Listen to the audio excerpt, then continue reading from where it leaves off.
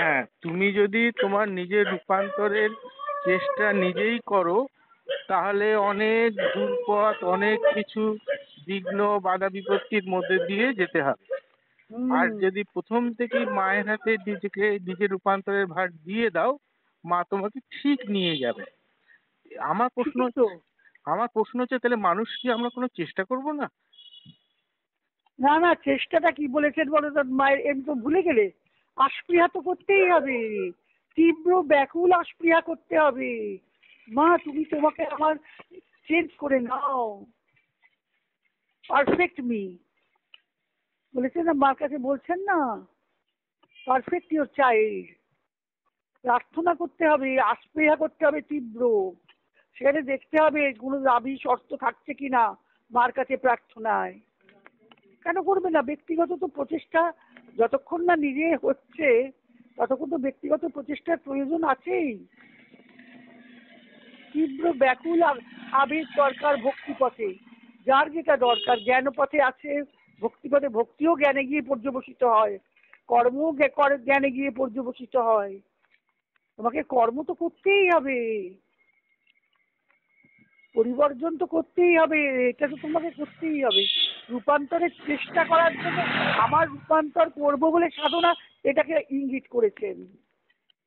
কিন্তু আচ্ছা। আমার যেটা প্রথম সাধনা সাধকদের বলেছেন, যে যদি ব্যক্তিগত প্রচেষ্টার প্রয়োজন আছে, সেখানে আস্পৃহা, পরিবর্জন, সমর্পণ।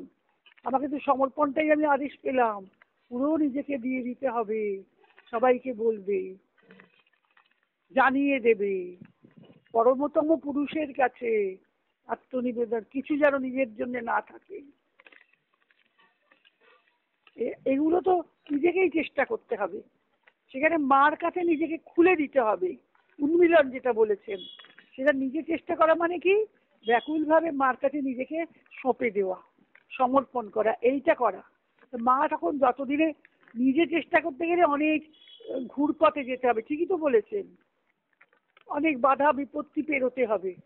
আর মার হাতে দিয়ে দিলে মাই একমাত্র গন্তব্য, মা নিজে যা বুঝবেন তাই করবেন।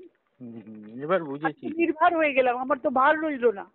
আমি যেটা মনে করছি এখন, যে নিজের চেষ্টা মানেই মাকে ডাকা। হ্যাঁ, মাই একমাত্র গন্তব্য বলেছেন না, mother is your only destination. এটা জপের মতো করবে সবাই, তার মধ্যে সব আছে। মাকে পেলে সব পাওয়া হয়, তার চেতনায় বাস করলে সব আপনিই ফুটে ওঠে। রবীন্দ্রের বাণী, সেটাকে আমি জপের মতো করি, সেটাতে আমি শ্রদ্ধায় করি, সেটা আমি ধ্যান করি, তবে তো সেই আস্পৃহাটা তীব্র হবে। মায়ের ধ্যান প্রার্থনায় কিভাবে বলেছেন, আমার আস্পৃহা তীব্রভাবে ব্যাকুলভাবে উঠে চলুক ঊর্ধ্বপানে, এই যন্ত্রটা বড় দুর্বল, একে তুমি নিখুঁত করে নাও ভগবান। রবীন্দ্রের সঙ্গে দেখার পরে বলছেন, আগেরটা তো অন্যরকম একটু, এবার এই অনেকটাই তোমার যে যন্ত্র, এটা আধার, এটা অনেক দুর্বল, অক্ষম, তাকে তুমি তোমার উপযুক্ত করে নাও। আমার আমিকে আমার থেকে মুক্ত করো, আমার আমিকে আমার থেকে মুক্ত করো। কি মায়ের মা আস্পৃহা করছেন, এটা তীব্র আস্পৃহায়।